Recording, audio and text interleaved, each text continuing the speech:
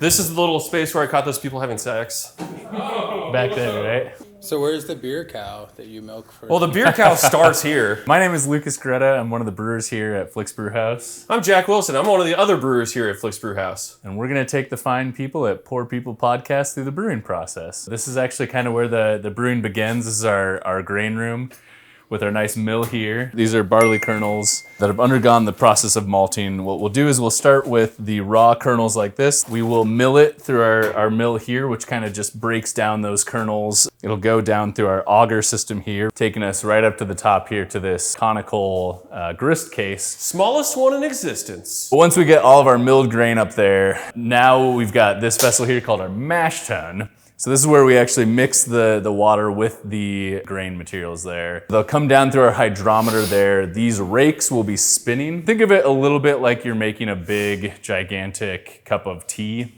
It'll essentially sit there and steep for like 45 minutes. Then we'll start a process called Vorlauf, which is just a fun German word that probably means spinning the grain on top of itself. After about 15 minutes of that Vorlauf process, then we'll start to actually drain the liquid, called wort at this point in the process, into our boil kettle. Then we heat it to a boil. We've got steam jackets. The boil serves two functions. One, it's sanitary, but we also need to add certain things to the beer to make it beer, one of which is hops. This is what our hops will be looking like. This is a good example of a hop that we actually had in a beer upstairs. This is a Sabro. So if you smell this, you got a lemon mint coconut thing going on. Yep. Cousins. Yeah, They're cousins, yeah. Sounds like really awesome. Now you can't get high off of them, but you could try. Well, so then what makes an IPA like an IPA versus like a hazy IPA? Yeah, India Pale Ale is basically just, they got that name because part of the reason why we add hops in the first place is they also add a ton of antimicrobial and preservative qualities to the beer. So back in like the 1700s, when that was obviously a lot more important, they didn't have refrigeration and things like that. It was called an India Pale Ale because when the English had a bunch of colonies in India, they were just jamming a bunch of hops into the finished barrels of beer that they would be sending over to India to allow it to still be fresh once it arrived many months later. So then those hoppier beers became known as India Pale Ales. Okay. Hopping back into our beer journey. So now that we've got our wort that's like ready to go into the fermenter. But before we do that, we will engage what's called the whirlpool. That whirlpool will take any solids that are remaining in the liquid at that point and bring them down into a nice pile at the bottom. So once we're at this point and we're ready to actually send it into the fermenter now, we'll once again use our heat exchanger. So we'll send the resulting liquid through the heat exchanger. So it'll send it out through our red hose here. We would take these red hoses and connect to the bottom of one of our fermenters over here and send that wort directly into these vessels where it will live until it becomes finished beer. We do use sharks in our blow-off buckets just because it's fun. Our tanks are also named after movie characters. That's true, except for Mandolph. That's just kind of a... He sort of is a movie character. It's Gandalf's brother, Mandolph. Gandalf's brother. So once we're hitting the fermenter here, these are all temperature controlled vessels. So they're all lined with these things called glycol jackets. So if you look on, there's a bank on the wall over there that shows the current temperature of each of these. But yeah, we're trying to... Temperature and lack of oxygen are the two things we're basically trying to focus on most at this point in the process. The temperature will allow the fermentation to go off without a hitch. Once you've gotten to the point where you've introduced the yeast, you don't want oxygen to touch the finished product anymore because oxygen is a spoiler. The hoppier the beer, the more it will interact negatively with the beer. This is actually our hazy IPA Nebulous. This is the beer cow. This is the beer cow. Yeah, we're now milking the beer cow. So this is unfinished? So this hasn't been dry hopped yet, and we haven't dumped the yeast off of it. We actually just started crashing it to our dry hop temperature today. So you can kind of smell it, and it kind of has a yeast character smell to it. And also you can still get some of the pineapple with mango, other flavors, but not quite like a finished hazy IPA. So now we have to get this finished beer up into those serving vessels. So we'll come outside of our racking cane here, and if you see those two pipes along the wall, so those are a series of hard pipes that connect all the way actually up to where we've got those serving vessels. And it's almost a football field of length of pipe, which is very annoying. Yeah. All just through the ceiling? All through the ceilings. It goes up, over, down. So that's pretty much the That's process it, yeah. down here. So we can now take you where the matching pipes are upstairs in the serving vessel room, and we can talk about the finished beer up there. And then these are the serving vessels. Right behind you on the wall is the other end of that transfer line. So that entire way we walked is how far that is. So we have 11 of these tanks, which are also all temperature controlled. So this is where we carbonate. This is what we use to carbonate the beer. So on the outside, we've got the CO2 hookup, and then on the stone part here, there's just tons of tiny micro perforations. So this basically creates miniature CO2 bubbles that are the right size to solubilize into the beer more easily. This is the beer cow you want to drink the milk from versus the one downstairs. But yeah, this is the end. And it's all hooked up to that same glycol loop from downstairs. Can you make beer in the toilet like they make wine in prison? You could. You're going to get wild yeast, and it's probably going to taste sour, but you could. Tastes terrible. As long as you have sugar, barley-based sugar, hops, and yeast, and water of some variety, you're making beer. Well, stay tuned. We're going to make some poor people toilet beer. Well, on behalf of Flix Brewhouse and the Poor People Podcast, thank you so much for going on this little tour with us. We've had a great time today, and I hope you all had as much fun as we did. And we're going to disappear into the beer woods. Goodbye. I didn't realize there was a bucket right there. Yeah, there's a bucket.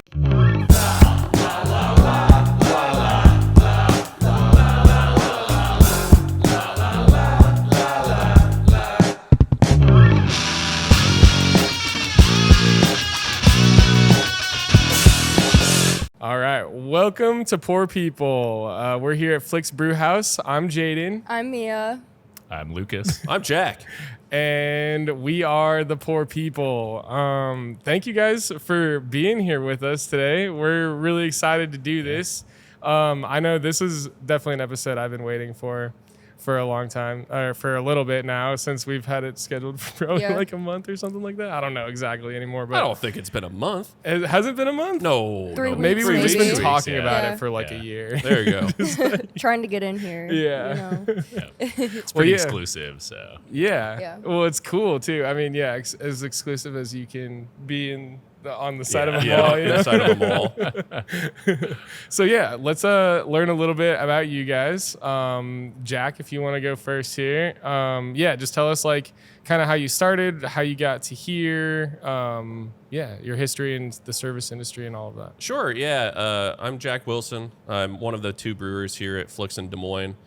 How I got here specifically is I started here 10 years ago. I was moving back to Des Moines from Cedar Rapids, where I did not work in the service industry or the brewing industry. And I needed a part-time job. And because my wife at the time was working in Newton, Iowa. And I was like, you know what? I've heard about this Flix place. I got to go check that out.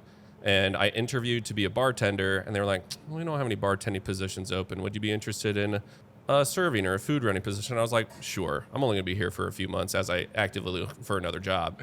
And then 10 years later and 4 different positions here, I'm still here. And now I'm one of the 2 brewers here. Yeah, so that's my Flix-specific history. But I started bartending in college as I wanted money and I wanted nice things and not be as poor. And then I kept bartending and kept my interest of craft beer alive. Did a lot of home brewing with my father, and that's what got me into the brewing side. And then I annoyed every single person on the planet with my terrible home brew, and I would bring it to them and ask advice how to get better. Okay. So Nice. you guys started with like brewing it in your like kitchen? It wasn't in our kitchen. My dad brewed a lot of wine before, so he had all the equipment already. So he had like a turkey burner and stuff to boil stuff on. So we had a pot, an aluminum pot, and a big old broiler for outside, and that's how we'd boil stuff. We started brewing stuff, grain in a bag, though. It's called brewing a bag. Whoa. And so it was all outside. But it was all like, because I was following what he wanted, it was all like brown ales and stuff like that he would want to drink. So Huh. Yeah. Nice. That's crazy. I've never even heard of that. What is it? brew in a bag, Brew in a bag. BIAB, yeah. It just like looks like a wine in big a sock bag? bag. I mean, no. Do you slap it? Do you slap it still? Like No, Yeah. because it'd be really how it hot ferments. by the time the grain was in there if you pull Oh, it out. okay, Yeah, you okay. steep all the grain like a big tea, and then you pull it out and then boil it. Yeah. So how old were you when you were doing that with your dad?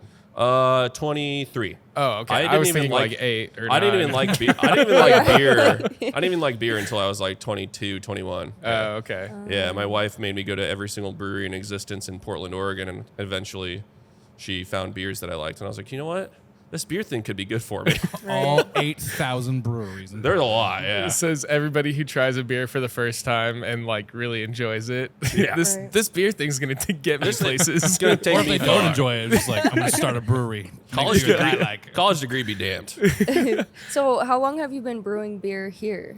I became the assistant brewer shortly after I started. So I started here in 2015. I started assistant brewing in the middle of 2016, and I believe at the end of 2018 is when I became head brewer. Nice. Mm-hmm. Wow. So you didn't run food for too long. No, I didn't want to run food either. Those people, bless them, I just can't do it. You have to, like at this theater specifically, people are watching a movie, so you have to kind of be like a ninja in there and squat down and try not to drop plates everywhere and make a lot of noise. So it's I really wanna get tough. into that. Yeah, and it's in the dark. Yeah, and it's in the so dark. Yeah, that makes so it hard. it's really tough, and my back would hurt, my feet would hurt, and stuff. And I'm like, no thanks. So then is his moved back into- but isn't your back hurting already? from carrying the weight of this Constantly. company. Yeah, Carrying the weight of this entire mall? yeah. Well, Yeah, true. Yeah, I which mean, is also Handily something keep I want to Merle get Hay in into. business. we're See, trying. did you ever, when you were running food, did you ever like sit down for a second? and In the watch- theater? Yeah. No, you'd get in so much trouble. Really? Mm-hmm. Dang. Yeah, I mean, we get people in trouble. People try that all the time. It's Yeah. usually the new people, and they'll sit and gawk at the movie. And honestly, at that time, I still went to a lot of movies. So anytime I was running food in there, I tried not to watch anything or try to keep my head down as much as possible as to not get stuff spoiled for me. Huh. Yeah. That would be. Yeah. I would do the same thing. Okay. Wait. I want to learn a little bit about you, Lucas. Yeah, sure. Okay. So how did you? Same thing. Like, how did you get kind of started to here? Yeah, so actually my journey into brewing is thanks in a large part to Jack over here. He did it the hard way of actually like home brewing, working his way up. I did it the easy way of just knowing Jack. And him getting me You put in your door. work. That's a good way to do it. But yeah, basically, I lived out in California for a bit and got like fairly into craft beer out there, but was still like fairly new to it. I was just like, oh, I like hazy beers, and I didn't really know any of the process or like anything that went into it. I just knew that I liked drinking beer. So when I moved back to Iowa, I got a job at a different brewery just as a bartender, kind of the similar deal to Jack, where Oh, I yeah. interviewed to become a cellarman for there, which is basically a step underneath the assistant brewer. They said no, but would you like to bartend? And I said, yeah, okay, I'll give it a shot. And then that was kind of the start of my beer journey. Did that for about 2 years. Did become the cellarman eventually. Gained a few skills, which then made it a little more easy for Jack to hire me as an assistant brewer in 2019. So I did that for about a year. COVID kind of complicated things, especially for Flix. We had to shut way down. Being in a mall didn't help as well. It was just kind of a double whammy of stuff. So I worked at a different brewery for a little while as well as a brewer there. Gained a lot of skills. And then when I had the opportunity to come back and work with Jack, because the other thing about us that's kind of unique is we've known each other since kindergarten. Oh, yeah. No way. Long Aw. time. Yeah. That's crazy. We've been best friends since forever. So it's like having the opportunity to come back and work with Jack again. I was like, well, yeah, obviously I'm going to do that. So, I desperately needed him back, too, actually. So wait, how long were you gone for then? so about a year and a half. Oh, okay. I was brewing at a different That's place. a long time. So Won Several way years. more medals than we had here during that we've time, since too. won Still quite not a as few. many.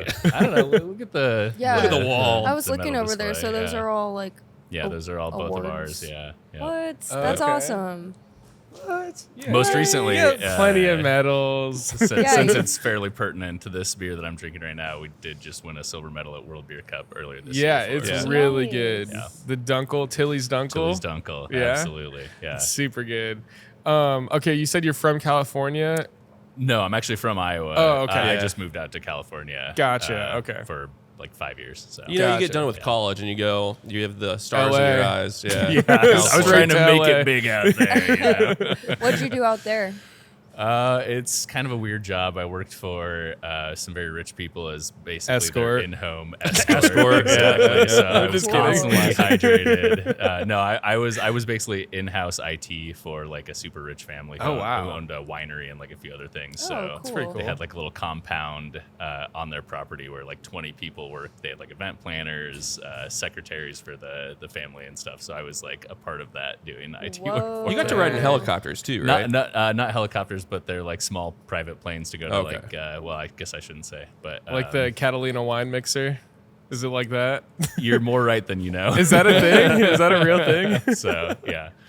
So that was it was an interesting job. But Cool. Eventually, yeah, the allure of craft beer kind of brought me to do this. And did you have like craft beer experience before that job then? That like IT job? No, I basically the person I was dating at the time had celiac disease, so I was like drinking a bunch of cider, and like beer just wasn't really on my radar. And I think like a lot of people, Deschutes Fresh Squeezed was kind of my like gateway craft beer, like that hazy. Interesting, yeah. And once I had started drinking that, I was like, all right, well, this is I think my new personality. So yeah.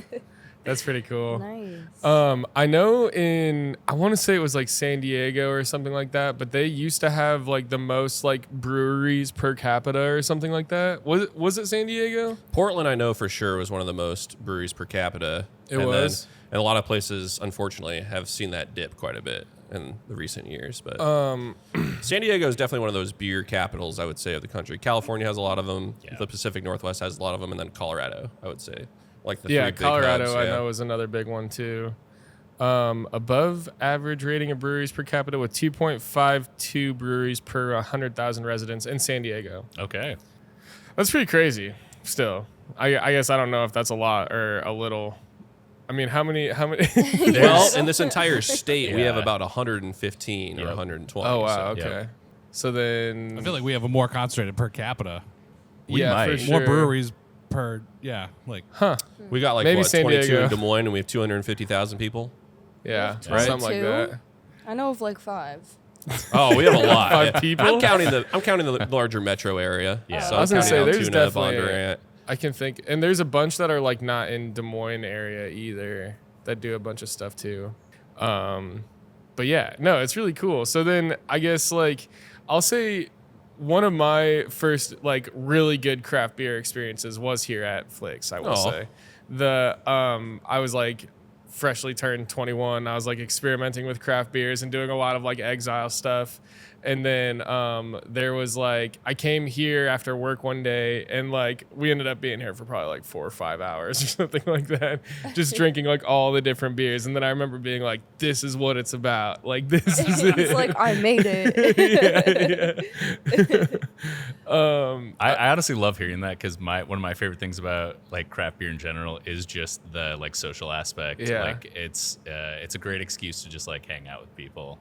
And that's one of the things that I love about our job is just making a beverage that people can kind of socialize around. Yeah. So What's your guys' favorite beer that you've brewed?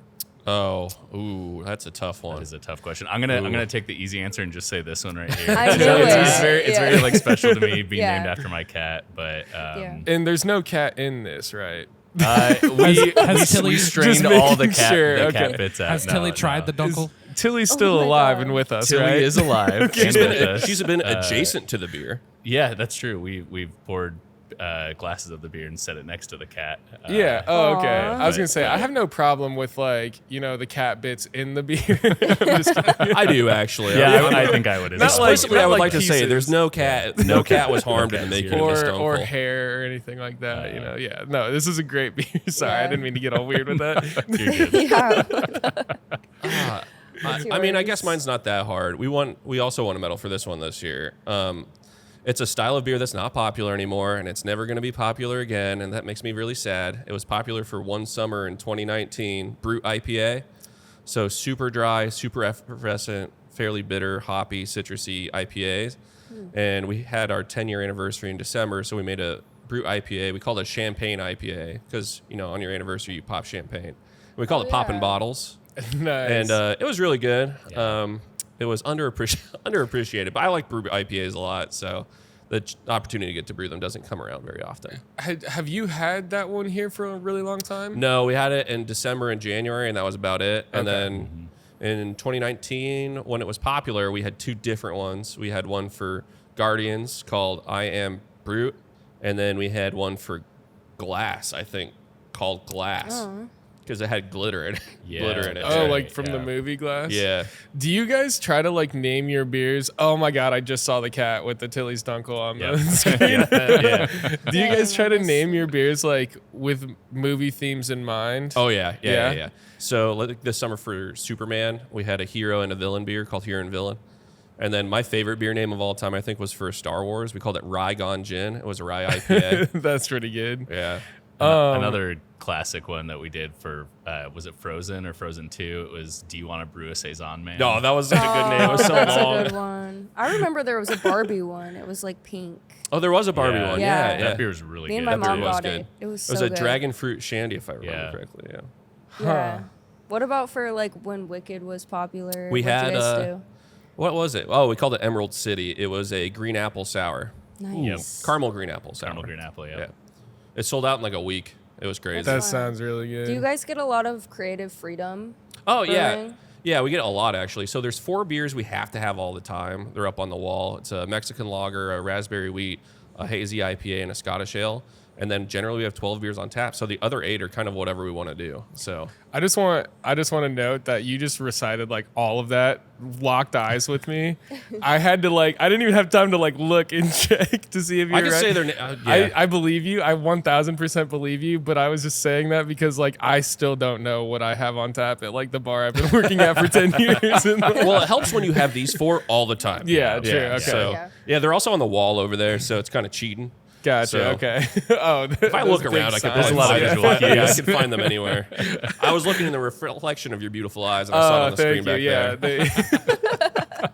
Dude, that is the best though. When there's like a big sign, we used to have a big specials board, and people would be like, "What are the Sunday specials or whatever?" And I'd just be like, "Well, it's tenderloins." Well, let's read it and-" together. yeah, literally. Like, Okay, that's different though. Food specials, like if you change them all the time, Yeah. that's hard to Exactly. remember. Yeah. Like if I worked at Lachelle's and they changed their burger of the day every day, I'm like, Oh, yeah. I would not be able to tell you. Yeah. They have some for good sure. burgers too. But yeah, it would be just nonsense. Or even if you had, I mean, you guys have a ton of taps here too, but like double that. And then it's like, even this, I would be like, I don't fucking know, dude. We have like a couple IPAs. Like, I know can't this read. one's good. I haven't tried this one. You know, like So, that's how I would describe it. Pre-pandemic, we had 30 guest taps as well as the 12 of our own. Oh, wow. So yeah, it was So- a lot. so Every single then- one of these used to be full behind us. Really? So are they not right now? So the front well that's over there, furthest away from us, has all of our beer and ciders and wine, and then the middle one used to have a reflection of our core beers, and then a little bit more, and then this third well is hardly ever used anymore. Pandemic kind of killed a lot of craft beer industry, tap room business, and movie business, so we're not near as busy. And that would have another reflection, and then 15 more guest taps on it. Okay, that's gonna span into my next question. How did you guys survive that? Because like it's 2 of the industries that you know have like died a lot, like the movie industry and the brewery industry. So like I guess what like steps did you guys take to survive a pandemic? So the shorter answer is we really didn't, and we were kind of just scraping away. The company in wait, general. I am dreaming. I knew it. I woke up today thinking that this was all fake. We're not here right now. No, we closed down officially. We were working March 15th. We were taking a picture for Pulp Fiction. We were Okay. told the place is closing tomorrow. It was Boondock Saints. It was Boondock Oh, Saints, I that's love right, that's Boondock right. Saints Yeah. too. And we were taking a picture with the glass and everything, and they were like, "We're closing." And and that was March 15th or 16th of 2020. And next day we were gone. And so they had money stored to try to reopen, but the mall was closed, retail was closed. You couldn't go into a movie theater. And then when they tried to open up in November of 2020, you had to be 6 feet away from people in a theater. You couldn't take your mask off until you sat or had food in front of you. All sorts of other restrictions, and it just wasn't viable. Paying rent, trying to get people in here. This space is very big, so rent is quite expensive. Because we have 8 theaters, and it's once again it's in the mall. So, and then trying to live off of the brewing, like movies is the bread and butter of it's why people come here. So it's what makes us the most money. Beer is just an attachment to it. unfortunately for us. But I think that's part of why Flix was able to recover is because we do have a unique dimension beyond just the movies. Like, it gives people still a reason to come out. It's not just a movie; it's an experience. Yeah. It's an experience with full service in the theater, and it's something that other theaters don't have. It's beer that they brewed themselves. Dinner and a show. Yeah. And I will say I've been to other theaters that like started doing the like food and drinks and everything, and it's not the same, man. The experience here is so good. I used to come here straight up just for your guys' cheese fries. Well, your experience and your cheese fries. The loaded fries are great. I might They're add. so good. We used to have ones with a pound, like not a pound, but it was a lot of brisket on top of it. I ate that probably too much. But then the following year in 2021, we were kind of attached to the theater association. So there's a National Theater Association called NATO. Not that NATO. Yeah. Same NATO. It's a National Association of Theater Owners, but that's Okay. also they teamed up with the actual stage theater side, and they came up with a bill to help out called the Save Our Cinema. There was a Save Our Theaters and Save Our Cinemas Act, part of pandemic relief and stuff. So we reopened before anybody got that money, and we were banking on having that. But if we didn't reopen, we weren't going to reopen. It's a topic that a lot of people above me could say a lot more about. That's just the bare bones of it. And I wasn't a part of a lot of that. But we really desperately needed that relief, and it ended up coming, and it really saved us. So. Good. Well, yeah, I'm glad you guys are still here for sure. Because like I Yeah. said, there's not really any other theaters that do it quite like you Right. guys do. I mean, I was here last week. What'd It you was go see? awesome. The movie with the rock in it. Oh, Smashing Machine? Yeah, Nice. Smashing Machine. How was it? It was interesting. No spoilers. Yeah, I mean, it wasn't what I Spoilers really ahead. No, I'm just expected, kidding. but I thought it was a good movie. How did The Rock look? He looked great. Oh, really? Yeah. He changed like his whole look for that movie. Yeah, His I hair. didn't recognize him at first. I mean, I knew it was him. But, Right, yeah. You know, Dwayne. Crazy. he looked good. It was Mr. interesting, Johnson. though. I mean, I don't know. I didn't expect it to be that way. I'm not going to say anything. It'll spoil it. That's fair. Yeah. But yeah, that's really what happened. So then the following year, we reopened in August of 2021, I think was the official restart for Des Moines. Wow. Okay. So then I guess were you closed for that whole year then pretty much? We or? tried reopening in 2020 for 2 months. We reclosed down in November. And then we reopened a full year later, the next August. Yeah. Well, I'm really glad you guys got that, relief, Package, whatever yeah. whatever it was to keep this going. Okay, so one of my questions was, is this the only Flix, or is it like a chain? It is technically a Okay, chain. that's what I yeah. thought. There's 11 locations. Des Moines was the second one, actually. Really? Yeah, so it was Wow. Round Rock, Texas, which is just north of Austin. I'm going to rattle them all off. 'cause Yeah, it's do just in my it. brain. Round Rock, Texas, Des Moines, Carmel, Indiana, which is just outside of Indianapolis, Madison, Wisconsin, Oklahoma City, Albuquerque again, Little Elm, Texas, Mansfield, Texas, San Antonio, Texas, and El Paso, Texas. Damn. Yeah. Wow. They just went like straight up and down and a little west. They're headquartered out of we are headquartered out of Texas, so they open a lot of Texas locations. Okay. And dine-in cinema is more of a thing in Texas than it is here. Like here, a Flix, you might have heard of an Alamo Draft House. But in Texas, there's like He was just texting me about this. but in Texas, there's like 5 other dine-in cinema brands. It's crazy. So is this a part of Alamo Draft No, House then? it's Okay. entirely independent. So Alamo is now owned by Sony. I know you said not to name drop, but that's just what the Oh, business you can is. name drop Sony. We love Sony. All of our Yes. cameras are Yeah, Sony, so except for Sony- that one Nikon behind you. Sony owns Alamo Draft House now, so and they're a relatively large chain, and then there's all sorts of other bigger ones that own Crazy. other different theaters. But yeah. we're the only one that brews our own beer. Yeah, we brew our own beer. Really? Yeah. Wait, of all the Flix? No, No. So Oh. that's the other cool thing about Flix is, and you asked if we have freedom, right? Every location brews all of the beer. So there are the core 4 everywhere you go, but everyone brews it there. But you go to every Flix and you're gonna have 8 other beers that no other location That's has. really That's cool, really cool. actually. Yeah. Okay, so this might be a stupid question, but what are those called up there? They have multiple different names. So Okay. I call them serving vessels, and a lot of people call them bright tanks, and other people call them tax determination vessels. Oh, okay. So is the beer like you make it in those, right? That's where Like, the finished that's- beer ends up. So we're actively Okay. serving out of those, hence the serving So vessels. that's like a gigantic keg. Kind of, Basically, yeah, yeah. absolutely. Each one of those holds 217 gallons of beer, except for the two in the middle that hold 434. Wow. That's Yeah. insane. That is, yeah, that's crazy. Yeah, normally a brewery will only have 2 or 3 of those things, and they keg off of them and then distribute from there. But we serve off of all of ours. Yep.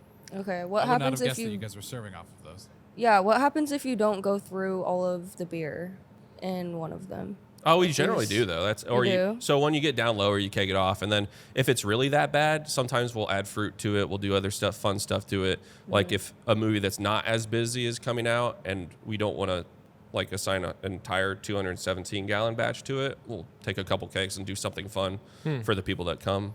Cool. We're also constantly doing little events. Like just last night, we did an event called a Brew Fest. So we played the Exorcist movie, and we did kind of a paired dinner with 3 courses of beer as well. Whoa. So sometimes if we've got an extra keg banging around or something in the cooler, we'll dose it with something, kind of make it a new beverage for people, and then we'll find ways of like serving things like that. Yeah, the Okay. example Top Gun from one that last year. is It was a blast. which Yeah. one did you go to? Top Gun. Oh, Oh, nice. Yeah. Yeah, last night's we had our Luna Rosa with lemon juice, graham cracker, wild berry puree, and I'm missing any vanilla. Was there We vanilla? put a little lactose in Lactose, there too. yeah. Dang. So, and you guys said you don't like duplicate beers very often, right? So, I guess how do you guys come up with the ideas? Is it strictly based off of movies? Does that like provide most of the inspiration? One of the best things about knowing someone since kindergarten is we'll just sit there and it's either a name comes up first or a beer comes up first and that we give names to, because we'll just be sitting around and just start saying words at each other. Yeah, we have the freedom to just say a lot of stupid shit to each other. 'Cause That's why we have it's like this. pretty Yeah. non-judgmental, Yeah. So it'll be like, oh, well, that's pretty stupid, Jack. but you're, Yeah. let's go back to that other idea you had. We That was named really a good. beer Spoon Boy Yeah. because we were. The I don't Brew? remember why. Matrix. It Yes, was for Matrix. It was for Matrix. It was for Matrix, but Resurrections. But yeah, we were that's correct, singing, we yeah. were like, we need a Matrix beer. And then we talked about Spoon Man, the song. And then Oh, there's yeah. Spoon Boy Yep. in the movie. Right. So He now bends there's the spoon. He, bends He the was not spoon. in that movie. No, not in the, Not in that movie. correct. But he bends the spoon with his mind. Yes. But the key is there is no spoon there. We the did a time. whole jingle. Yeah, we made a song for it, just sitting there in the brewery. Song for and the then beer. and then it became a hazy IPA. Yeah. So sometimes you work backwards. Yeah, that makes sense. Do you? I guess so.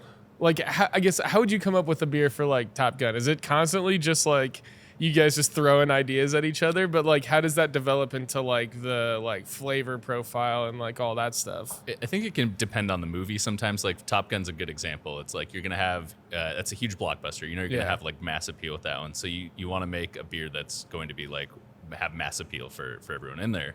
So we'd probably pick something like a nice easy drinking lager, which I believe is what we Yeah, it is ended what we up did, with. yeah. So Okay. sometimes it works like that. Other times it'll especially during like November, December when you've got like huge tentpole movies. You also know that you can take some big swings with those sometimes, or it'll be like, well, sheer number of audience members will help us with this beer, even if it might not be the most like instantly popular style. So like a good example is every November, at least fall, we'll usually try and make an English barley wine, which is a really neat style that both of us Yeah, we enjoy. love it. But it's probably not the first thing that people are going to be looking for on the tap list. But when you have that many people exposed to something, it gives them a chance to try something new that they might not have tried as well. So it's just there's a lot of different approaches to how we like try and pair a beer with a movie. Cool. Do- Well, oh, sorry. Go ahead. Sorry. When you guys are making your beers, do you like freestyle with the ingredients, or do you kind of have like a recipe that you follow? So we've known there's a wonderful book, and it's if you're brewing like classical styles. It's called Brewing Classical Styles. So you generally go there for reference, but it doesn't just tell you a recipe. Yeah. Right. It'll tell you like ingredients that are traditionally used in that beer. And then you kind of just build from there. And we use software called Beersmith that we have our brewery built into, and you can put numbers in there and it'll spit out gravities at you. But after a while, you've brewed enough beer here where you generally don't even need that anymore. You generally know how many pounds of grain you need to hit an alcohol content mark, and then different flavors to put different flavor profiles in there. So it's really a lot of based off of experience and feel. It's a lot of the art. So there's a lot of science and a lot of art, and it's where it meets in the middle is what making a recipe generally is. Yeah. And it's a lot of fun to make a recipe. Absolutely. There's also kind of two buckets of beers, like some where it's like, okay, you're trying to make like this Dunkel, for example, that has a very technically defined style of like flavor profiles that you need to hit. alcohol percentage, mouthfeel, things like that. So with something like that, you want to try and as closely replicate that end product as possible. With something like a hazy IPA, you've got more freedom. So it's like, let's try this new hop. So it's like you just have two different like mindsets of one, I know what the end product has to taste like, and so I'm going to strive for that. And another where it's just like, I wonder what these hops or what this like new specialty grain is going to taste like. Let's make something to showcase that is unique and new. Yeah, exactly that with this Interesting. beer that I've got. So this is Bro Crush that we collabed with Alluvial on. It was going to be called Bro Secret Crush in the name. Dude, sorry. The name It just comes out. the name came from the ingredients in it, and we had no idea what they would taste like together. So the hops in this hazy IPA are Vic's Secret, the Secret. Victoria's Secret? No- That's the secret. Yes. This is And they named a Victoria's hop Secret. after it. And then Sabro, which is a different hop, and then Okay. Crush, which is like one of the most popular hops right now that just came out of an experimental phase. Okay. And the name, we wanted to use those hops, and then we came up and we were like, Bro Crush, because we're all kind of bros together and we know each other really well. And then it was going So to be. you guys are Bro- all crushing Yes. on the bros. Pretty Some- much, yeah. Some bros I just get love that, each dude. other. I get that. But yeah, so that literally that name dictated the hops that we used, and we hadn't ever used those three in tandem together, but their flavor profiles said they'll probably go well together, and it did. It turned out Yeah. really well. I guess how do you get like crazy with things, or like how do you not like, for lack of a better term, like get high on your own supply? Like how do you? I mean, you kind of are right now, but I'm just saying more like I would want to do.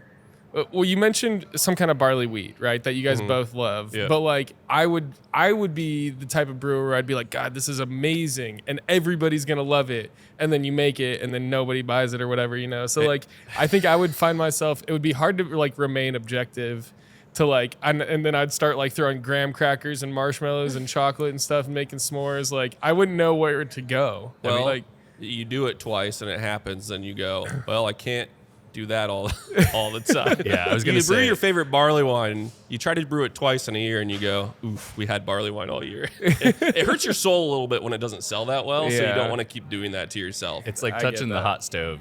Everybody's gonna do it, and you're like, oh, I've made the most perfect beverage. Everyone's going to love this, surely. Yeah. And then it just sits on your taps for months. And Yeah. you're like, okay, I have to make something that doesn't just appeal to me. I Yeah. have We did to. fly too close to the sun the one time. We went a little too far for Zombieland 2. oh hell yeah. We did a Twinkie milkshake IPA. Yes. Where we put Ooh. Great idea. We put Yeah. 300 actual Twinkies in it. Painstakingly, we had to cut each Twinkie. They were in also half. individually packaged, which was annoying. Yep. And we cut them all in half and put them into beer and put marshmallow and vanilla into the beer as well. And people liked it, but that we went too far. Yep. Wait, why? Like what? How You is were that like- going too far? If, Yeah. one, if one beer hurts because it was on tap forever, the other beer hurts because it hurts your soul to make. And undoing those Twinkies, cutting them, the painstaking process to do that, and then putting it in a hazy milkshake IPA is, I guess, what they're called. But You also don't really like become a brewer hoping to put a Twinkie in a beer. It's just it's one of those things where it's like, I know this is gonna sell really well. That's exactly how I I, don't love would. it, but that's yeah. exactly how I would think How- about it. I'd be like Twinkies, Yeah. fucking Starburst. Like I don't know. Oh, yeah. How did it come to this? How did it taste though? Was it good? Honestly, it was better than it had any right to Did be. that piss which you off how also- good it was? it also yes. hurt. Yeah, it did hurt. Yeah. See, I think I would not know where to stop. So I think that's why I like haven't been a brewer. Is I would like, I don't know. I'd just like find stuff and just be like, this would be awesome, like celery or some shit. I don't know. The like- beauty with the movie side is we can do a lot. Like last year for Ghostbusters, we did a Marshmallow Man one. Oh, yeah. Where we had marshmallows, graham cracker, chocolate into one of our beers. Yeah. That's pretty awesome. We're actually doing a Stroopwafel beer next month as well. Ooh, So I would like I'm that. Definitely gonna try that out. Is it going with a certain movie or? It's coming out at the same time as Wicked, but we wanted it to be like the holiday winter beer. So They're reshowing. we didn't. They're reshowing Airplane. That would be a really good one to do that for. That would be great. But Stroopwafel. But yeah, we didn't want to nail it to one movie because we wanted it to exist until the end of January. So then another thing that's weird is like when you tie it to a movie and then that movie's gone for a month, that beer's sales start to slip because people go, oh, that movie was forever ago. This beer must not be very good. Oh, So it's like, a game you have to play. yeah, correlating the two. Do you ever just? I mean, would you just like, can you change the name of it? You can. I really don't like doing that, but It's I know kind a of lot of guests that genius. come in probably wouldn't know. But there are guests, and I would know that if you change the name on stuff. Well, because I guess it is a little bit different for beer because, like, for cocktails and like mixed drinks and stuff, you can kind of be like, you can call the same drink whatever you want, you know? Right. Beer, it's kind of just like, I mean, you guys are making it, yeah, but like as the consumer, you're kind of just having the one thing instead of Right. like a mix of spirits and Yeah. stuff. But so it's a game. My new game is if it doesn't make over $100 million, I don't want to name a beer after the movie. 'cause That's a good fucking game, dude. it's a weird metric you got to play. Yeah. We're playing it right. So we plan our stuff out like 12 months in advance. So Lucas and I are sitting downstairs and we're taking gambles on how much money Mandalorian and Grogu is going to make and whether or not we want to produce a beer for it that's tied exactly to the movie. Or we could do it very tangent. That's another game we would like to play is like, if you know, you know. But if you don't know that it's a Mandalorian beer. Well, okay, so I know this is a service industry podcast, but I also love movies too. So I did kind of want to ask on the movie side of it for a second is like, do you guys get like insider details of like the movies, like how much they gross before they like, you know, or projected gross and stuff? Is that how you correlate like what beers you would make? Yes. You know, Yeah. I think you know more about this. Yeah, than it's I because do. I'm forced to. Yeah. Yeah. So you have to like have like stats for projected movies, kind of. projected domestic totals is generally what that 100 million is generally the number for projected opening weekend totals. Okay. Yeah. So then, do you also get to like see movies before they're like opened? Not really. don't? There are people in the company that get to go out to a thing called CinemaCon, and they get to see a couple movies before they do. And then we have like employee screenings the night before generally, but we don't start those until like 11 o'clock at night. And when I started here, maybe I'd go, but I'm 35 now, and that ain't Wait, happening. employee screenings like before a movie comes out, like Like the just night before. employees just can come in and watch it for free. Yeah, Yep. after we're Dang. closed. That's a good deal. Well, we have to dude. test the movie anyway Yeah. to make sure it looks good on the screen and whatnot. So we Yeah. ingest the however much data that needs into the projector, and then they have to play it once to see if it looks good on the screen. So they use those as like we're testing the movie anyway. So Interesting. It's also a way to. Sorry to interrupt. No, go ahead. Just going back to that earlier conversation about like the food runners and stuff, how it's frowned upon for them to just watch the movie. This gives them an opportunity to see it beforehand, so they won't get spoiled. Yeah, and then if they gotcha. are like getting caught doing that, we can just be like, well, just go to the employee screening next time instead. Like we have an Gotcha. outlet for this. Yeah. it's a lot better now. They used to be at like 2 o'clock in the morning Yeah. Ooh, Wow. because that'd that's be back when we rough. still did midnight premieres. Too early. we don't do Speaking that of anymore. testing, though, when you guys create a new beer, do you have employees here test it before you serve it, or do you just kind of Get run loaded with in it? the back when you bartenders get a try. taste. Yeah. The bartenders often get to taste stuff before it's out because Yeah. we'll be Okay. bringing samples down and stuff, and the bartenders are generally. So I think 90% of our bartenders are something called Cicerone Beer Certified. It's a program for beer, craft beer learning for bartenders. Is Cicerone like the same thing as like a sommelier? It's a sommelier for beer, Okay. but this is like the lowest level of it, where it's like they take a test and it says, "Oh, you know this much about craft beer." Lucas runs tries to run all of our all of our team members through it, Okay. because we're also the ambassadors of craft knowledge for the team members as well. So most of our bartenders Interesting. have passed that program. They also get a raise for it, which is really cool. Yep. They get $1 an hour extra for having passed this test, and Flix pays for the test if you pass. But if those bartenders are generally more interested, like, oh, what are you trying? What are you doing? Anything else like that. So we'll bring them samples and stuff. Cool. Nice. And then okay, so to be like certified by Cicerone, do you like? I guess what do you have to do for that? Like, Yeah, so there's 4 different levels to the program. The very first level that Jack was talking about is just called it's the CBS Certified Beer Server. So that's the easiest level to achieve. You take a 60 question multiple choice. You have 30 minutes to do it, and there's all sorts of study guides. It kind of covers basic beer styles. So you'll get a question where it'll be like, okay, here's a beer that's this color. It'll describe it in like an SRM range. This alcohol percentage, this like level of apparent hoppiness, and then it'll give you 4 choices. So you'll have to try and figure out what it is based on that. There's also things about the 3-tier system, like some of the legality with beer sales and whatnot. And then a few about like beer service. So just like the best way to pour a beer, or like bottle service, things like that. Very, very easy. Honestly, if you're like at all interested in craft beer, it's worthwhile. It's a good use of your time to get that CBS, especially here at Flix. Like Jack was saying, you get $1 raise. Yeah. Anything above that first level, you would definitely want to be more like, I'm doing this for a specific reason. Like I'm working for either a like super craft beer focused bar, where that's something that would bring value to that. Because the second level after that point would be Cicerone, and then there's advanced Cicerone, and then master Cicerone beyond that. But for those other ones, you have to. It's tough. do, I've taken the third level test. Blind tastings. You have to do like essays. You have to also Write an essay about beer. You also have to travel to take the Wow. test too. I had to go to Yeah. Chicago. That's Really? crazy. Well, it's not. I was guess that's thinking not you were as far saying, away like, anymore. You can do it in Cedar Sicily or Rapids. something. So what's the fourth level like? Master Cicerone. There's only a Yeah. few of them. Yeah, and Okay. in order to achieve that, you also have to judge beers at like ranked competitions like Great American Beer Festival or World Beer Cup or anything like that. You have to like log a certain number of hours of saying I've tasted all these beers and like been judging them that whole time. You in can order also to lose even- your title if you don't continue judging too. I believe. Yeah. yeah. Whoa. You have to keep it up. Yeah. Yeah. So That's Very pretty intense. competitive. yeah, yeah. We talked about we called it the Church of Sommelier. So I would assume that it's kind of the same thing for Cicerone, that there's Yeah, like it really is. there's like men in cloaks with pins on. Yeah. You I know, feel like this in a one's more like circle dudes somewhere. in business suits though, because Yeah. like sometimes Yeah. Cicerone, they're headquartered out of Chicago, I believe. They're still And tech bros, like Kinda. I mean, they care about craft beer, but it's like these guys got so into craft beer, they created a craft beer learning experience. Yeah, it is cool though. Like it is something that always fascinates me. But since I'm even lower than all of the employees Yeah. here that have that. Me You want to take the CBS live? I bet you pass. Dude, I Yeah. might. I was thinking about it. Is like I did my serve safe, and I didn't like have to like or not. What's it called? Study. Yeah. For that. And so what's that thing called that people do? But so I wonder if I could. I'm a little interested to know. How long have you been in the industry? Like 10 years. You're probably good. Not a joke. Dude, I think I see. Do Maybe you know how to I've- tap a keg?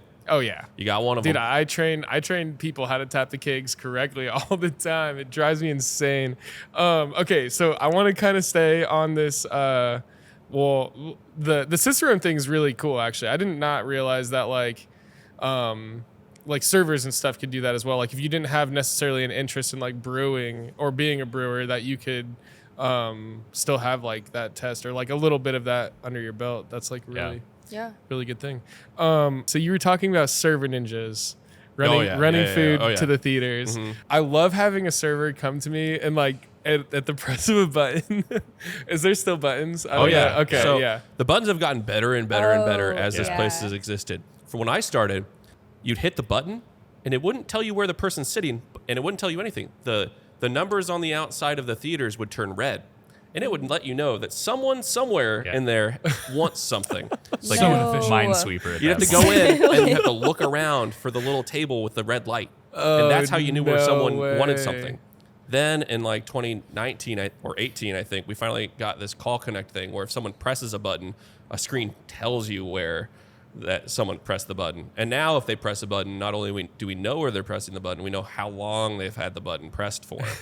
So when I'm going to movies, I play a little game. If it's been too long, I turn it off and turn it back on because like we don't want people to accidentally get in trouble because they let something go too long. Because I'm like, I'm an Yeah. employee. I don't need that special effects. But also now we have the QR ordering through Toast. Okay. Yeah. We have it everywhere. So if you want to, you don't even have to talk to a server. You can order everything from that as well. No kidding. That's pretty cool. Which is a lot better for the silent service aspect of it. Yeah. Like I've seen a lot of tap rooms and stuff since the pandemic. They shifted to that, but then since everything's opened back up, they shifted to more of a social one with servers and stuff, which I actually prefer if I'm out at a tap room. But for movie theater service, it made a lot more sense for us to stay that way. Yeah. And there's that paper and pencil. yep. So you just here. Yeah. Yeah, I usually do nice. my initial order through the app, and then I normally harass servers. I'd have them come up and take my beer orders and stuff.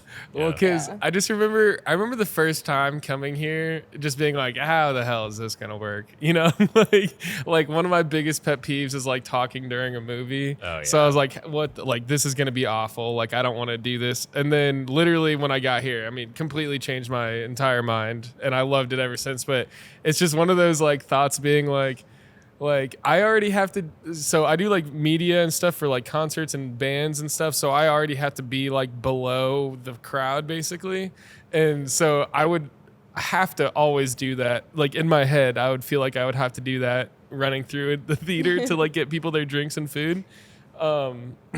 On the service side, it's really tough too. So Yeah. we open up the movie 30 minutes before the trailers roll, and we have a cool pre-show that's like set to every movie or whatever. It's like explicit like content. Like right now, it's I've Halloween. always So a lot of our appreciated that it's not just ads. yeah, it's not just ads. There are some ads in there now, but it's mostly like old movies and stuff. Like we showed Exorcist last night, and it was like they showed some of the new Exorcist trailers. They showed some of the sequels Exorcist trailers and whatnot. But during that time, the servers in the theater have to greet, talk to, and order everybody's food in there before those lights go down. So you're on a 30-minute timer to try to get everything done. And in our bigger theater, it's 215 people. Dang. And then 3 servers have to greet, talk to, and get all of those orders in. 215 people. Yeah, in a Holy 30-minute timeline. shit. Yeah, I didn't even So consider these that. guys not just are like ninjas in that aspect. They're quick when they're trying to get through Yeah. service as well.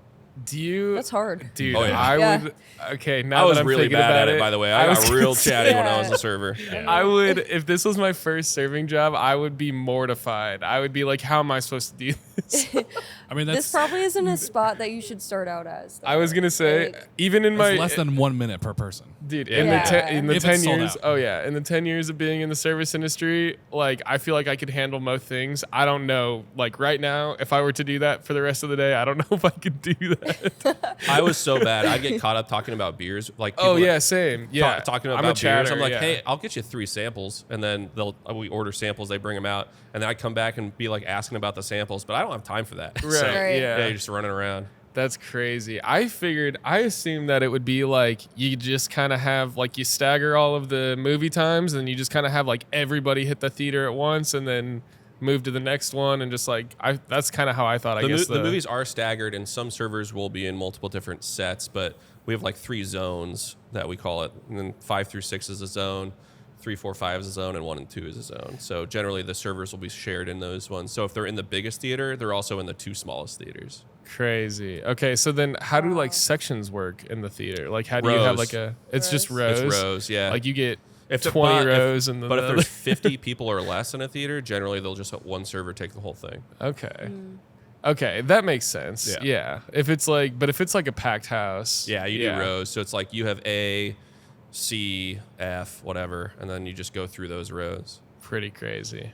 wow. Yeah, that gives me anxiety thinking about it. Yeah. The managers in there have to set those too, and I'm like, I'm not doing that. Yeah. Because then you also want the good rows, right? Because when you're buying seats to a movie, you want whatever row you want to sit in. So those Right. rows are Right. generally priorities for servers as well. Okay. So it's like priority tables when you're at a restaurant, right? There's those tables that everyone wants for, you know, serving.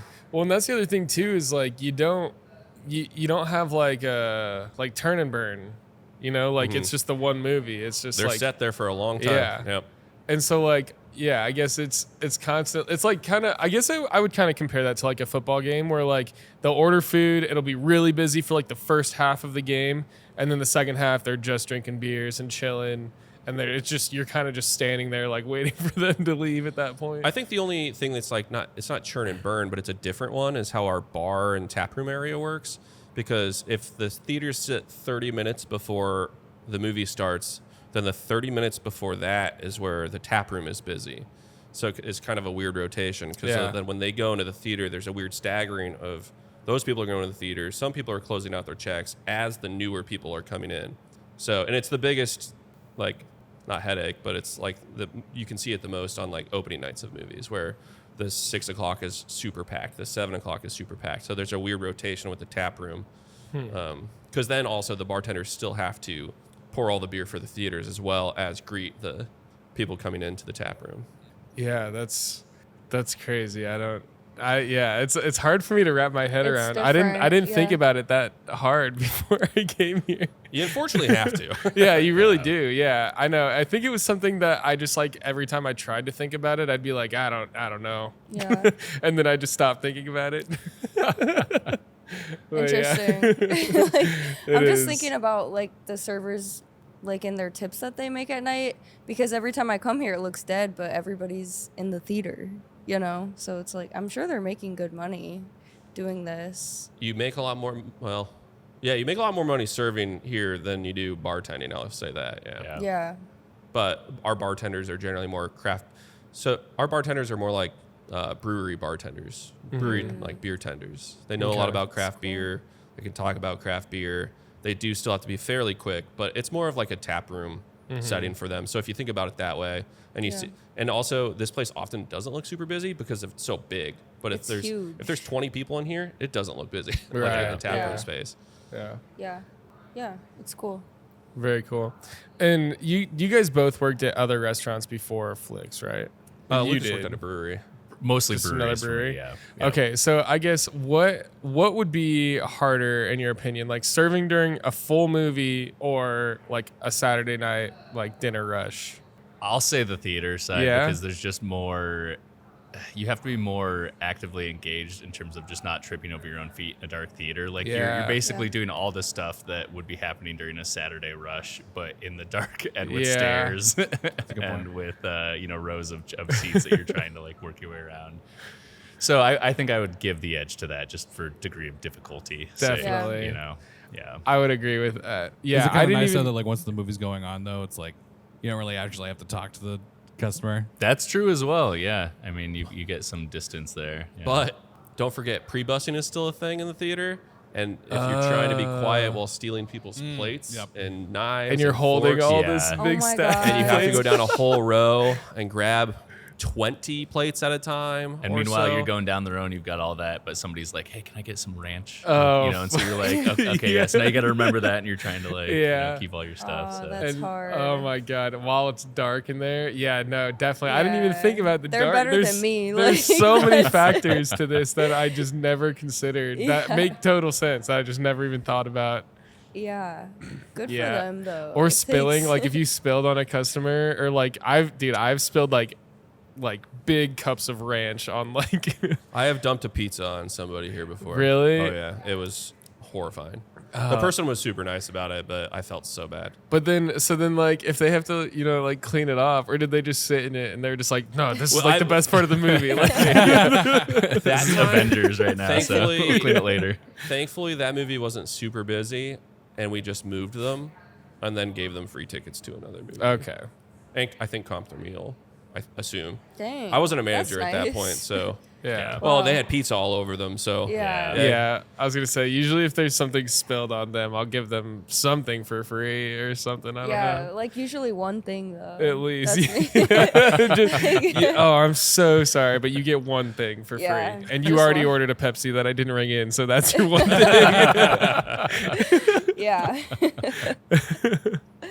Okay, and then so you can order throughout the whole movie Until Yeah. 45 minutes before the movie's over. till 45 minutes. Yeah, we before call the that movie's check over. Okay. drop time because then you get cash out everything. If you really want something extra, Yeah. servers will let you do it. Okay. But We'd that's, accommodate. That's just when they drop the checks, Gotcha. so that way they have time to, get everything in and out. Okay. Right. Yeah, because again, just the whole it's like really clicking with me now that it's like on a whole different level. You guys are like superhero servers in Yeah. a way. Not We us. do the easy fire. I would say like at least like night vision like servers, ninjas. It would be nice to just drop off a check Yeah.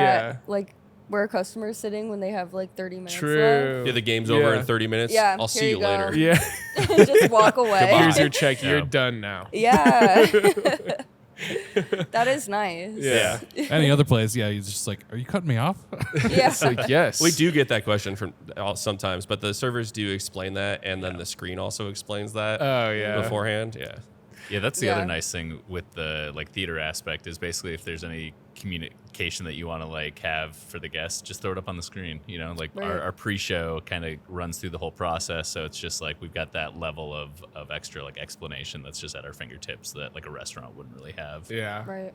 Really cool though. Yeah, and it's like you have to do way more stuff for like longer and harder, but like also at the same time there are like things that are like simply easy and just like nice about that too. Yeah. It's really cool. It is kind of like the best of both worlds. Like you get your rush really quick and then you're done really quick too. Well, I guess not really quick, but you're done when you're done. Right. Right. Okay, so this is kind of an interesting question for the customers. Which table type tips better? The silent movie watchers or the drunk talkers in the back row? The silent movie ones. Yeah. Abs 100%. Yeah. Anytime. It's the people that are being quiet, courteous, They might chat with you beforehand, but the drunk people are generally not fun to be Yeah, around. that's like I said. That's my. Have you gone biggest to pet any peeve. ones where people are like that? It's very annoying because it's like it's one thing to do that or to just be like kind of loud and a little rambunctious at like a bar or something like that. That's fine. That's expected. But in a movie theater, you're just like, I'm here to watch this fucking movie. Like, Right. shut the hell up. Yeah. you know? You had a bad one not that long ago, right? I feel I had a real streak of like 5 movies in a row where I just had like nightmare people around me. Oh no. The worst was it wasn't even like drunk people. We had this like older couple that was sitting behind us. I don't even remember the movie, but they were just chatting the entire time, like full like just like I am now, like full volume like this. Yeah. Just in a quiet theater.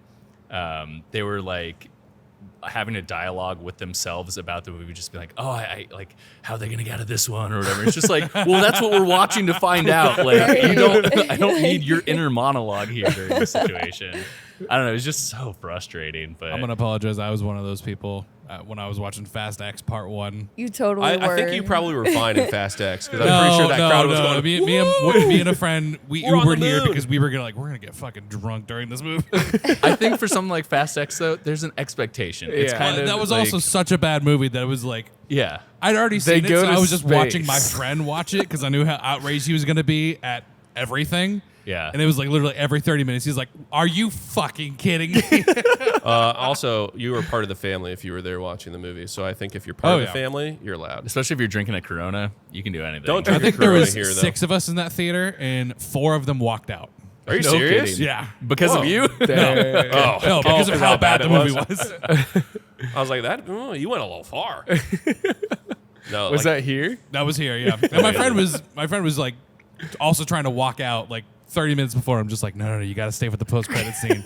It's gonna piss you off so much. It's gonna get good. It's gonna get good. we made light lager for that too, I think. Yeah, we did. Flixland Light. Flixland Light. Yeah. Yeah, that's right. Okay. Yeah. Try and do a little Kirkland knockoff. Oh, Don't tell man. Costco. That's Deschutes makes that now. Oh wow, That's amazing. crazy to me. I guess what's like the craziest thing you've had like a guest like flag you down for in the middle of a movie, like as a server, I guess. So if you want server, a lot of stuff. So one time we were showing, this is my serving experience still. It was a sold out theater of that Vacation remake movie or Oh whatever. yeah. And the movie didn't start on time because there was like a tech issue, and then the 3 servers didn't show up that were supposed to be in there. So that theater holds 110 people, I think, and there were only 2 of us, and it was a nightmare because those people were talkative, needed attention constantly, and were talking throughout the entire movie. And one guy in the middle of the movie stands up and goes, "You even gonna take my stuff off this thing, dude?" And I'm sitting with a full tray of stuff in my hands. There's only 2 of us trying to help everyone. And he yells at me. He's like, "I didn't even get my ranch." And I was like, "Okay, sir, I'll try to go get your ranch right now. I'm sorry." Blah, blah, You blah. didn't just I'm drop sorry. everything on the ground right Yeah. then and then just You're like, hold this. I'll be right back. I had my hands full, and this guy gets up while the movie's going and shouts at me in front of everybody. And asks Really? for ranch. So. Oh my god. But what's weird though is like Luke's and I also we're behind the bar sometimes. So we'll get people coming up and just like, or asking us to buy tickets and stuff. And thankfully we know how to sell tickets now. It's like one thing, the brewers are selling tickets to the movies and whatnot. So that's a weird one. Yeah. I always feel a little bad behind the bar because I have only ever been a brewer for Flix. Like I've never gone through really the training on the POS or anything like that. So what I do know, I basically just learned from watching Jack. So it's like if it becomes more complicated than selling a single ticket, I'm always just like, help, someone please. I just make the beer.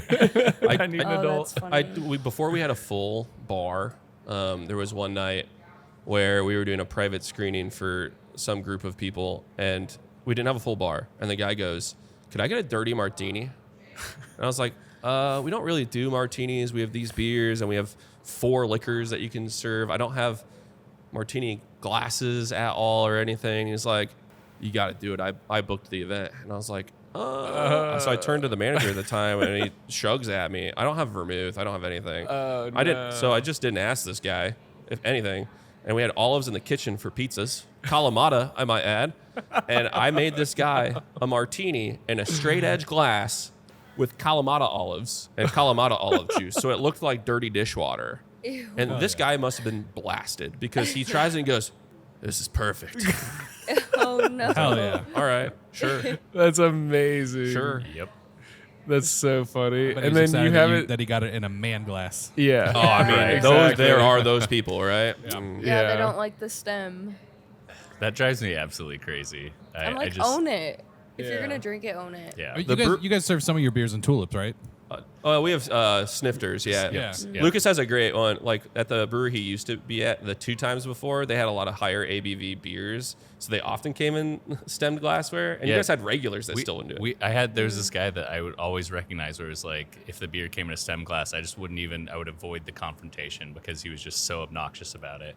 I was just like, who genuinely do you think is judging you because you're drinking out of a stemmed glass? Yeah. Like, what is this Exactly. actually doing to you right now? It's the proper glass for it, so you're having a worse experience by Right. having this like straight edge, shaker pint or whatever. But at a certain point, it's just not worth even getting into it with those people. Dude, for real. I had like a uncanny amount of like frat bros this weekend. It was insane, dude. It was just like all $1 tips, all rum and cokes, and like vodka Red Bulls. Like it's just I don't know, it's just the worst. I think also request for chilled glassware here is more than it should be. I'm a very anti-chilled glassware guy. Okay, so it's so funny you say that because I was just thinking about this the other day. I had another brewer that I know that I'm friends with. And also, I just want to say, you guys are our first brewers that we've ever had on this show. So Because we're really Yeah. cool. Welcome. you Thanks are for really having cool. us You guys also. are Yeah, super thank you so cool. much. This Yeah. is really awesome. But no, so another brewer friend of mine he was the only guy who would ask for a warm pint glass. And I didn't even have to ask before he started telling me. He's like, "Well, I do it Ask because for a the warm pint glass. warm Not pint warm, glass. but like Room room temp. temperature. Like just Yeah. a not frozen one because Oh. we freeze all of our pint glasses. Give me one that you just washed. It's Yeah. still hot. yeah. Well, and then because he was saying he's like, there's already enough water in beer. Like I don't want the ice to like water down my beer anymore from like the like condensation of the frozen glass. That's not why I would do it, but that's definitely another reason. Yeah. Like the coldness locks away a lot of the dunkel. Like if you have that in a chilled glass, you're losing out on some of the chocolate caramel notes that are in the beer because the beer is too cold. And also doesn't let the CO2 escape as well. So you're not getting some of the aroma as well. Yeah. Okay. But if you're doing Busch Light in a cold glass, that beer barely tastes like anything besides sweet corn and nothing anyway. So Interesting, because I'll definitely do like at the other bar that I work at, I'll do samples and stuff, and all of our like sample glasses are frozen too. I didn't even think about that, but yeah, that's crazy. There's definitely got to be, and then we also have plastic glasses too. hey man, that's So fine. it's great. Yeah, sometimes you just gotta do it. It's great. I mean, I love it honestly, but I never thought that it could like change the taste of it that much. Just from What's funny is we've come all the way back around in glassware though, because Japan's craft beer industry right now, they do hyper cold glass where they have the glasses sitting not just in a freezer, but they have it sitting in a colder than freezing ice bath. like dry ice or something. Not dry, like in ice with salt and stuff, and then they pull it out and rinse it, Ooh. and then it's like super foamy and whatnot, and it's just like called hyper. I don't know what it's called, but they're like hyper chilling the glasses. That's a weird thing. I've seen it on TikTok a few times. I'm like, someday I will get a hyper cold Japanese lager. Interesting. That seems like my nightmare. Like when the freezer is too cold and I'm just trying to serve a fucking Bud Light and it just keeps foaming up at the glass. Well, clearly you don't have fobs in your cooler, so you're having more foam issues. True, clearly. I should have asked. I Okay, hate so fobs with my life. fobs are. I think I think we do have them. Little guys you press down on when you Yes. tap the kegs. Yep. Yeah. We'll get into that. But okay, so I have some other questions I want to ask you for our Patreon. That'll eventually we'll get into that here after this one. So make sure you guys stay tuned for that. It's only $5 a month on patreon.com/Poor People Podcast. And then so let's get into our douche of the week.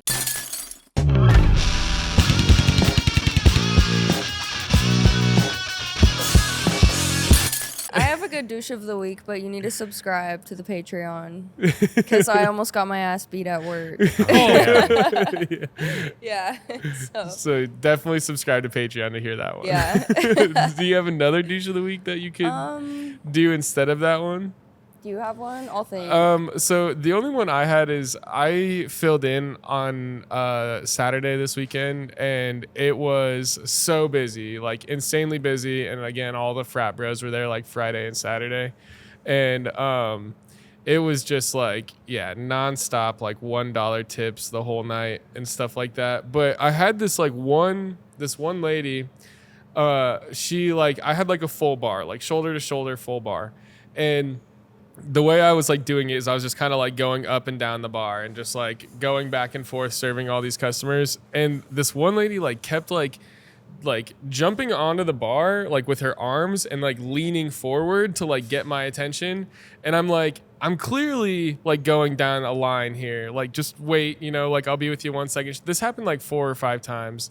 And I was just like, I kept being like, lady, I'm going to get to you. Like, I got to you. Like, it's not going to take you very long. Like, you're jumping in front of all these people. And that's what I'm saying in my head, right? And then at one point, I'm like serving the 4 people in front of her.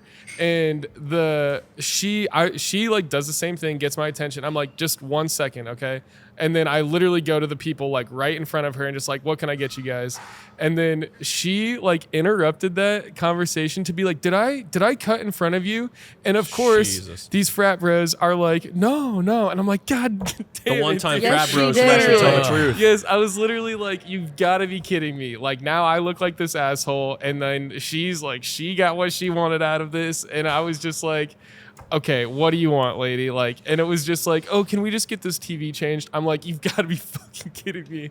So yeah, that was my douche of the week. I was getting asked to change the channel a lot. It this was week. just, it was just getting like real annoying. yeah. I don't know. It was just obnoxious to be getting my like attention in that way. And I was like clearly going up and down the line. So I was very busy, but I don't know. I just don't. Yeah. I think that's just really annoying. It's an annoying thing to do or to have done to you when you're bartending, I guess. It is. Yeah. I think it clearly shows a lack of awareness of like that person's obviously never been a bartender. Right. Because Right. if you've never felt like in that experience where you're behind the bar, you've got all these eyes on you, and you have to like, figure out the Yeah. best way to approach like the order of operations here. Well, and that's the other thing too, is I was the only one behind the bar. So Oh. I'm like, You're getting your ass I'm running kicked. around, I'm getting Yeah. my own ice. Like, Yeah, that was it. exactly. Like, and so then just to have this one lady like get everything she wants on the other side of the bar, I was like, this has got to end. This has got to stop somehow. Was the money? getting No, you away said the with money it. wasn't even good that night, right? I'm sure No, it wasn't. it wasn't. I mean, it was like decent. It I was was gonna say if you made a ton of money that night, it might have made it worth it. It but- was okay. It wasn't the best I've ever done, I'll say that. But it was like, it was definitely like I had to go through and like close out. Like, it felt like over 100 checks of $1 and $2 tips. and all Oh, separate man. too. I all assume. separate, Yeah. and close out one after another 7 times in a row. And like, so it was just like, I kind of knew that was going to happen. So that it didn't really make, that part didn't really make me angry. It was more just the like, okay, usually there's like, it's a bell curve in a way that it like, it maybe starts off good and then gets really bad and then kind of gets better. It just stayed stagnant the whole night. Now here's You know? my question: they were all individual tickets. Yeah. Are you a big like? Back when I was bartending, or even when I was leaving tips for people, my default used to be if I order 1 beer, I'm leaving $1 as a tip, at least Yeah. $1. If I'm at a place I know, if it's a craft brewery, it goes up, or if I Right. had good service, it goes up. But even if you just slammed that beer on the counter, you're getting $1. At Whether that least, beer yeah. was $3, $2, or $6, that's $1 beer right there. Yeah, which Yeah. again, it's not like that part doesn't really bother me. That doesn't bother like, you? Well, I mean, it should probably, but like it doesn't necessarily, just because it's like I've heard the same thing where it's like, yeah, either $1 per beer or 20% on the Yeah. tab or whichever is more. So I'm not good at math, I guess. So maybe that's why it didn't piss me off. Well, with all those individual tickets, my brain would have been like, I could have had this much, and I'm Yeah. getting like 40 cents or something. Yeah. Yeah. Well, and I was so busy too, to the point where that I didn't even like say anything about the people like closing out their tabs. And normally I'll bring it up after like the second or third one, and I'll be like, well, do you just want to leave it open? And Bro, I was just yeah. so busy that I like, They I never don't want even to. care. They Like, never want to anymore. no, that they never close. do. I actually asked a couple dudes to, over the weekend after they closed out for the 3rd time. I was like, hey, how come you guys just don't want to leave a tab Yeah. open? Like, we don't hold on to your card. Like, Yeah. you get it back. And there's like, they just don't like it. I was like, are you afraid we're going to put stuff on it? And he's like, yeah. Interesting. It's super illegal for us to do, right? He's Yeah. like, yeah, but it's happened before. Yeah. I mean, it's happened for sure. Well, It's and you happened can to just me. like, tell them to take it off. Well, at that point, they might not know. Yeah. That's true. I know That's a somebody good who's like, point. yeah, one time like someone racked up like $80 on my tab. I mean, like I disputed it and won, but still, like I just don't have to deal with it. Yeah. Well, and I think that would be, if anything, that'd be on them because it's like their group of friends that's ringing in stuff probably on their tab Probably. or whatever. I don't know. They're could've making been it an sound like, honest oh, the mistake bartender also. just put all their shots. Yeah, exactly. Like you bring up the wrong tab and add Yeah. a bunch of drinks, and like that's gonna happen. Law of averages. Like Wedding parties are really bad with that because like you'll have like 3 or 4 people with the same last name. yeah, Oh, totally. yeah. yeah. I'll definitely do because we have toast also. So like I'll hit the wrong thing and then like have to void it and then hit the right thing. So it looks like from behind me, Oh, yeah. it looks like I'm ringing in a bunch like, of shit. But I'm really like just ringing in wrong things and then voiding those things yeah, out. or if you like charge somebody's card for the wrong tab, Yeah, and then you have to delete and then you have it, to and switch it over. do it again. Yeah, there's so many. I can see. I get that. That makes sense. I can see why people don't trust me. You look very trustworthy to me. I by the look way. trustworthy until my back is turned to you, and then it's Yeah. just like chaos on the computer. You don't know what he's doing on Yeah. that computer. All right. Well, does anybody else have a douche of the I've week got here? one from last night. Yeah. Oh yeah. So we had a brew fest last night, the thing we were talking about earlier, Mm-hmm. and Lucas and I are here during those, and we help serve during those. Like, so when it starts, Lucas hands the people the first round of beer, but I was up at the bar helping pour the first rounds and stuff. Guy comes up, he's like, "I'm going to the Exorcist Brew Fest." I was like, "Cool, Lucas is over there. The movie's already seating. If you want to go in," and he goes, "Well, can I try what we're about to have in there?" I was like, "Well, the first one's right there, and if you don't like it, you can tell your server and get any non-alcoholic beverage instead." He was like, "Well, I don't even know if I'm going to want the first one if I'm not going to be able to try them all." I'm like, "Well, we're running them all off the same faucet, so we're doing them one at a time because we only have the one open faucet." And he's like, "So I don't even get to try the beer before I go in there?" They bought the tickets to this. They knew what they were getting Yeah. into. Does it already come with the 3 rounds? Yeah. It comes with the Yeah, 3 rounds, yeah. but he wanted to try all 3 of those before he got them into the theater to know if he actually wanted them or not. And what if he didn't like them? Great question. You don't get I told him to tell his refunded. server and he could get a non-alcoholic beverage. Yeah. And I had the one on, so I handed him the sample of the blood orange hard seltzer we did, Holy Water. And he's like, "Seltzer? I thought this was a brew fest." I'm like, the joke wouldn't make sense if it was beer. And his wife is with him, and the wife tries it, and she goes, "Oh, this is really good." And he goes, "I guess it's fine."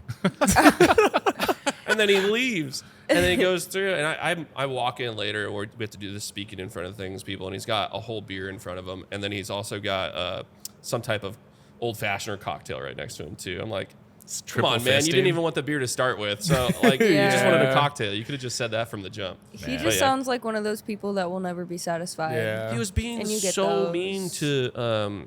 We had a trainee back here named Nick last night with Anakin, and it was busy. So Anakin and I were doing Someone named most their of the- kid Anakin. I think they chose that name for themselves. I think they might have chosen that name for themselves. I could ask them. Maybe, yeah. It's a cool name, though. It is a cool. Oh, name. I'm gonna be the one that balances the force. See, that's the thing. I'm I don't the know chosen one. I don't know if they're old enough to have been had parents our age, and Maybe I don't know. yeah, They're about old enough to be like it to have been a baby name for the prequel trilogy. Maybe. So who knows? maybe. But yeah. So Nick was trying to help him at first, and he was like, "This is his 3rd night." And he's trying to help these people the best he can. And it's technically supposed to be a shadow night, but there was only Anakin, myself, and Nick behind the bar. And he was trying his best, and that guy was just being such a jerk to him. I'm like, no. So I get him out of the way, and I just like, "You can go pour these, and I'll handle this." Oh man, Such a jerk. that is the worst though. When you're like starting a new job and then you just have like one of the worst customers you've had in a long time, you know, or whatever, come in. I think we had a bartender call out last night, too. So it was just like a myriad of bad situations. Yeah. You gotta try to tell the trainees like I promise it's not always like this. Yeah. I mean, I could say that every night, but oftentimes, it's Well- the service industry. Someone's going to call out. And this thought just Right. occurred to me too, is that like I've definitely felt that I could like go to any bar and work there and like not know the menu, and like for the first 3 days, it'll be rough, but I'll be fine. I don't think I could do that here. Like even not knowing the menu, I'd just be like, I don't know like like I like this movie, and then I'd be like everything would just go out the window, and then like I would just struggle. I feel People do ask you, "Hey, what's this movie about?" I'm Yeah. like, "You didn't look online about Yeah, what this? I know. You've never seen a trailer before." Thankfully, it was only a few years ago. The little ticket terminal, if you click on the movie now, it has a little synopsis of the movie. oh cool. Oh, does it? Sometimes That's it's a movie I nice. have no idea what this movie is about, and they're like, "What's this movie about?" And I was like, "Follow me to this terminal, and I will tell you what it tells me about this." Or we could both grab our phones and look up this movie, and you can tell us right there. Read it together. Crazy. But that's mine. That it really annoyed me last night. Yeah. And I felt bad for the new trainee. I was like, didn't deserve to be had some Yeah. dude being that mean to him the first night or third night. Yeah, I find myself more often than not just being like, I don't know, man. Google it. Yeah, I had another customer walk up to me today or this weekend and be like, I'm swamped doing dishes," and he's like, did you guys find a vape?" And I literally stop my dishes and I look up at him and I'm just like, "No, bro," and I literally just go right back to dishes. I was just not having it, It was cotton candy. Could you dude. smell I'm it? not looking for your fucking It's in my vape behind the pocket bar, now. dude. Right. I'm like, Amazing. did you That's have a douche funny. of the week? Yeah, I guess mine isn't like a specific instance. It's more a genre of person that you encounter Yeah. quite a bit behind the bar. Cause like my favorite thing about being like a beer tender specifically is it's kind of like a little mini game of like, if you have a person that isn't super into craft beer, it's like, let me try and like just have a conversation with you and steer you based on that towards like what I think you'll enjoy. And that's a really like I'll have a lot of fun doing that. And so it just really annoys me when you get a person who it's like I'm being super open and like non-judgmental. You don't like craft beer, that's fine. I'm gonna help you find something. And they'll just be like, you know, "Oh, I drink like Mick Ultra. Give me something like that." And I'll be like, "Okay, I'll give you the lightest thing we got here. You know, it's a Mexican lager. It's gonna be nice and light and refreshing. You know, similar to something you might enjoy." And then they'll do like the super performative, take a sip and just be like, "Ugh." Oh yeah. You know, it's just like, I know it doesn't taste bad. Like, I know that that's not a normal reaction to have. Like, who is this performance for? Like, I'm being Yeah. friendly and trying to help you. Like, what is this? Like, Yeah. why are you even doing this? You're also at a craft brewery. They Yeah. came in Yeah. your place. yeah, you know, and so it's just like that just always drives me crazy. So, you know, I don't know. It is, yeah. The service industry is just one of the only places where you can just like bitch about things for no reason and just like kind of get away with it. Yeah, totally. Like you couldn't go to like, I mean, I guess you could go into the movie theater and just be like, this movie sucks. Ugh. Just like, but like at that point, people would just be mad that you're doing that. Yeah. I will say, as an addendum, just you kind of reminded me. I don't know if you're familiar with like Untapped. It's the Oh, yeah. beer rating. Yeah, I'm not a huge fan because I always used to think that was from Flix oh really because they have the same like yellow yeah. color Oh, yeah. and the branding That's and right. like yeah. But you get a bunch of people where it'll be like, they'll give it 3 stars and be like, "This is the best lager I've ever had," which is annoying. But then we've actually had a couple of times where we'll be going through and looking at our reviews, and someone will just not like the movie, and they'll give the beer like 2 stars, and they'll be like, "Toy Story was mid." It's just like, how is this Like, impacting no. our beer ratings that you didn't like Toy Story? What's happening? That Oh, Judd, no. the Judd Apatow Bros So movie. funny. Yeah. No one liked that movie. I thought it was amazing. I love that movie was too. great. I But, actually was just talking about that movie too. I just remembered because on Untapped there was like, it was a woke gay movie, and I'm like, once again, you didn't look at it, and it was like a 1 star on a beer that was in there, not related. Like the beer had nothing to do with the movie at all, and there was like 1 star, and I was like, That's so frustrating. funny. That's so funny. That sucks. Yeah. That really sucks. It's aggravating. Yeah, well, because then that probably does affect like your score and everything on it Untapped, does, and it like does indeed. Yeah. Just because they don't like the movie. that's Yep. so funny. Or best lager ever, 3 stars out of 5. Yeah. What? Well, what stopped it from being a 5? Yeah. Right. If it was the best one ever. What scale are you using? It's the best ever. I don't like IPA 1. Yeah, that's always annoying too. There's people that are just like, well, there's always room for improvement. Yeah. Yeah, I guess how do you get people to like write reviews just like honestly? I mean, they think they're That's being as all- honest. They think they're being as honest as Oh, they can for be. sure. Movie's gay. It's like, You know what? On that one, not wrong. not wrong at all. Not No, wrong. I Yeah. was. Yeah, Kind I of the love point. Billy. I love Billy Eichner. Yeah, me Billy too. on the street. Yeah. Yeah. Yep. Oh man. Okay. Well, with that, I think we can wrap it up here and get into our Patreon. Yes. Yes, this has been so awesome. Thank you guys for doing this with us. This has been really cool.